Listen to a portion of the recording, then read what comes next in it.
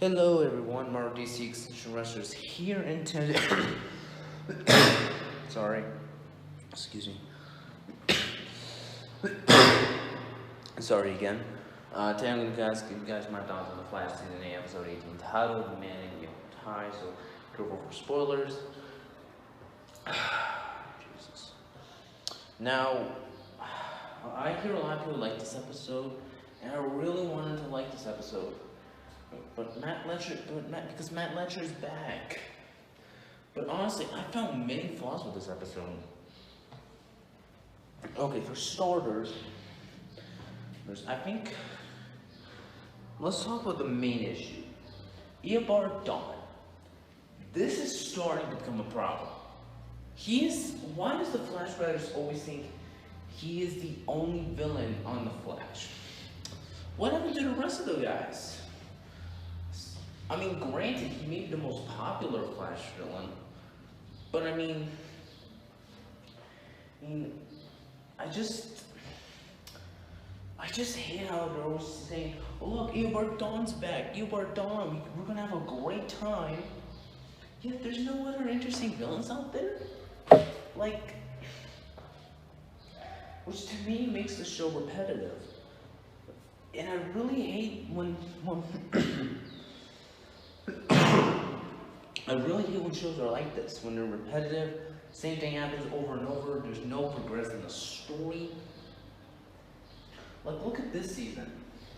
You had Frost's death, which was shocking, even if some people saw it coming, like I saw it coming. But the thing is, that was a big moment. That was a big moment. Whereas in here, where's the big moment? Negative Still Force helps Dawn. Well, here's the thing. We know he's gonna be out of prison. And I think that's the problem. Eobard Dawn is just too much. He's killing the show. He's killing the show to a halt. So much so to the fact that it's frustrating. It's frustrating how he's killing the show. And this is not the Flash, this is just the Reverse Flash show. He's making the show 10 times worse. He's constantly overshadowing characters, and he's just too much in it. You need some time off. There should always be a moment you need time off of a certain villain. Look in the comics. Yes, there are stories with Reverse Flash in it. There are Flashers with Reverse Flash. But there's also a Captain Cold story, a Rainbow Raider story, a Gorilla Grodd story, a Rogue story, a Weather Wizard story. There's always stories that help make not have Reverse Flash in it, but are still enjoyable. Look at season 1. Remember Weather Wizard? No, who is that? Well, he was a villain in season 1. Like, why not have Weather Wizard be a villain in season 8? I don't know, but I'm starting to think people forgot about the character. Or better, why not have Chillblaine as the villain? Chillblaine makes a lot of sense. You know, the last time we saw him was in either episode 14 or 15, where they were literally hinting that Chillblaine could become a villain again because overwhelmed by Frost's death, he decides to just ignore what she wanted and do what he wants, and he becomes kind of a personal antagonist to Team Flash. Have Chillblaine be the villain of this graphic novel. 4 episodes is actually beautiful for Chillblaine, not because, let's be honest, do you expect Chillblaine to be the main villain of like 16 episodes? Nope. You expect him to only be a villain for like 1 or 2. And I think 4 is a great amount of numbers to set up a mystery in the graphic novel. Then at the end you have Chillblaine of each episode do something antagonizing Team Flash. And then by the end, he's the main antagonist. Way more compelling storyline, way more interesting story, and just more original, more unique. And I have to do this comparison. Like, during World War II, Most movies, stories, or books about World War II typically have Nazi Germany as like the primary antagonist. But realistically, Nazi Germany wasn't the only antagonist.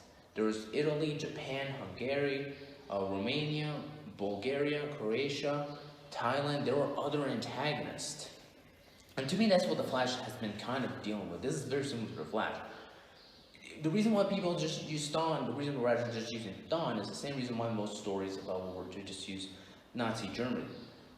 Dawn is like the main antagonist, even though realistically he's not.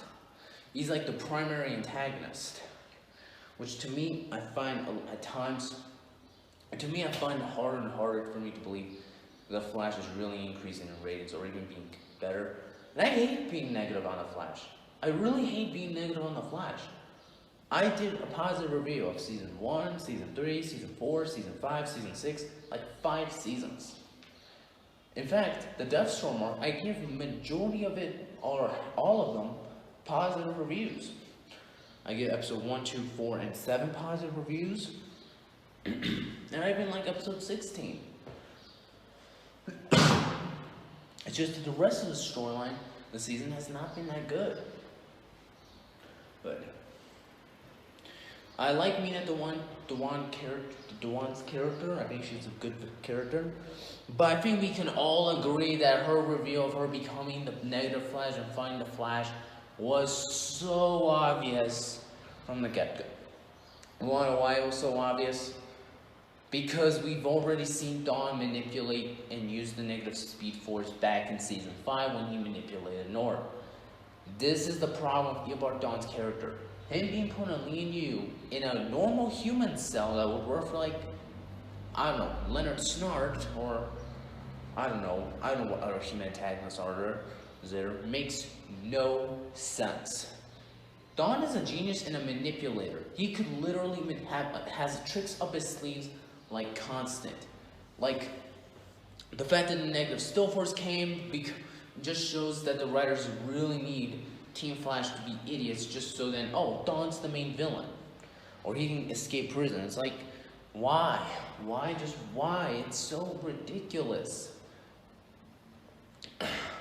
Why not have him in a meta cell where if you say he escapes, or actually somehow gets his foot on like the ground or is outside of the chamber, Team Flash would be alerted. Now this is Dawn without his powers, right? So Barry could literally run over to Lian Yu as fast as, I don't know, a cheetah, get there in time, put him back in his cell, barricade even more. That simple.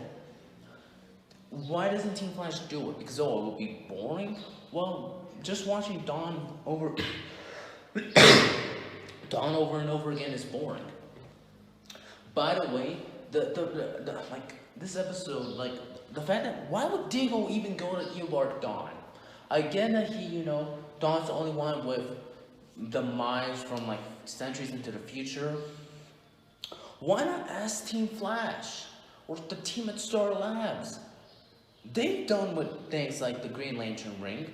They are a much, much, much better people to talk to and are actually good people and are your friends and actually can help you with certain stuff, whereas Eobard Dawn is probably just going to use it just as an escape plan. The Cecile scene. I'm starting to see this as a problem. Why does every crime happen is the same thing? Barry takes down the crime or the crime fails. Why not just have the crime succeed? Why not have the criminals actually shoot Cecile? It'd be dark, but it'd be shocking. Do you see what I mean? It'd be shocking, it'd be like, oh my God, what just happened?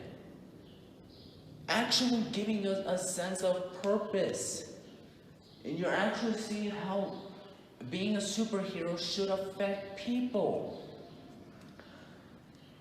In the comics, this kind of stuff happens in the comics. It happens in Spider-Man stories, it happens in Batman stories, it happens in Flash stories. There are literally moments in the comics where crime actually does win.